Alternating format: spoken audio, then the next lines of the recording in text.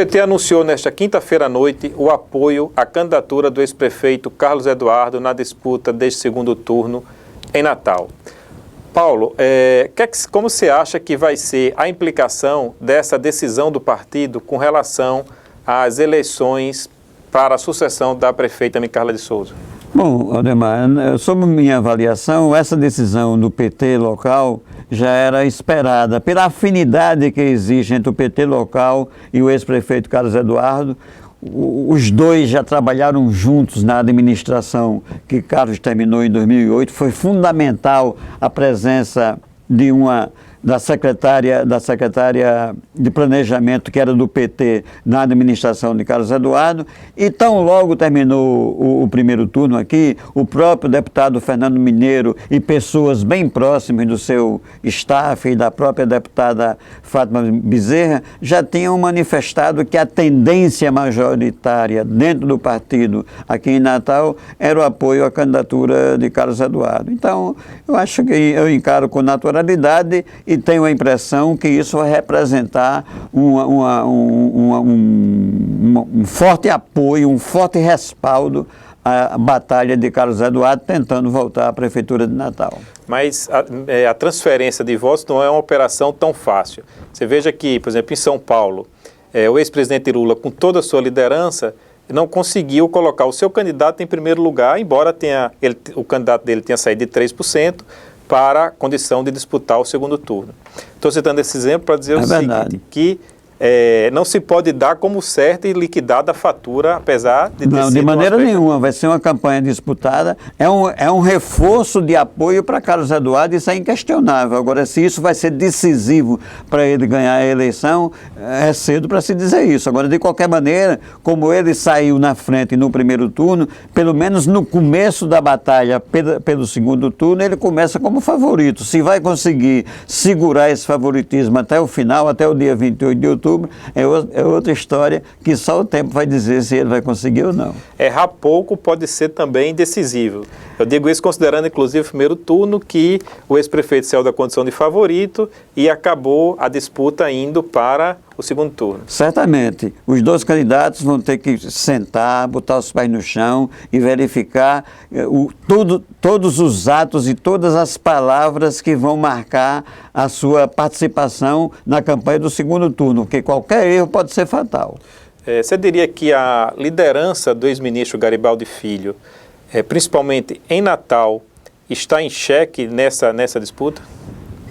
Tem um peso fundamental, é inquestionável a liderança do senador Garibaldi Filho, não apenas em Natal, como em todo o Rio Grande do Norte. Agora, eu vou repetir uma coisa que eu acho que você e os ouvintes já estão até de saco cheio com essa minha repetição. Cada eleição tem sua história e tem as suas circunstâncias. Agora, que é inquestionável a liderança política, a força popular que o senador Garibaldi tem aqui em Natal e no estado do Rio Grande do Norte, isso é inquestionável. Agora, se essa força, se esse respaldo, se esse prestígio, se esse conceito que ele tem vai se traduzir em votos para o deputado Hermano Moraes, só as urnas vão dizer. Em princípio, eu acho que a votação obtida pelo deputado Hermano Moraes no primeiro turno não refletiu uma grande capacidade de transferência do senador.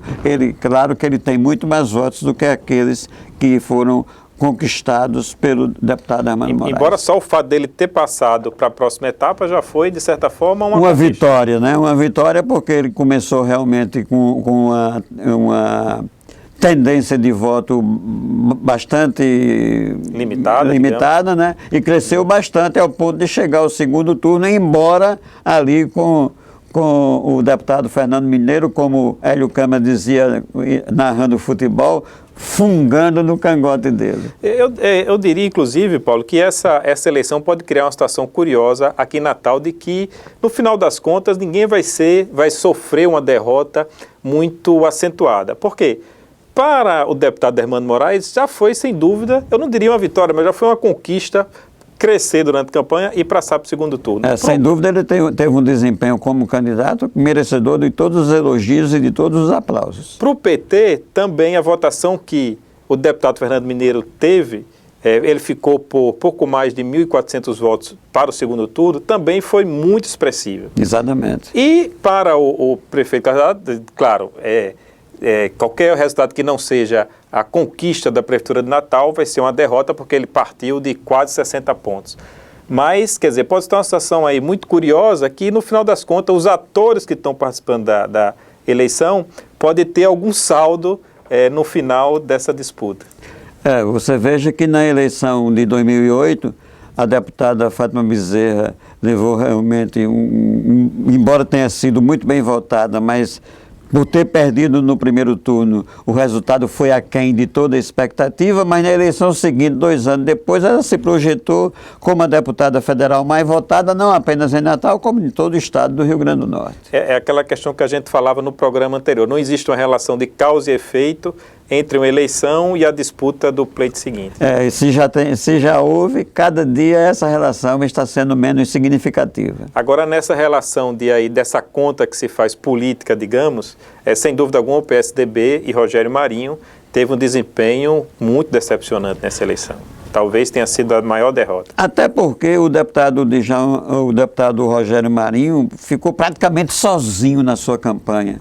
Quer dizer, a participação do próprio senador Zé Gripino, que é uma liderança respeitável também aqui no estado, limitou-se a ligeiras participações no programa de televisão. Eu imagino que se tivesse sido mais acentuada, se tivesse sido maior a participação, não apenas do senador Zé Gripino, mas de outras lideranças do DEM e do próprio PSDB na campanha do deputado Rogério, ele teria alcançado uma posição eleitoral de maior reconhecimento.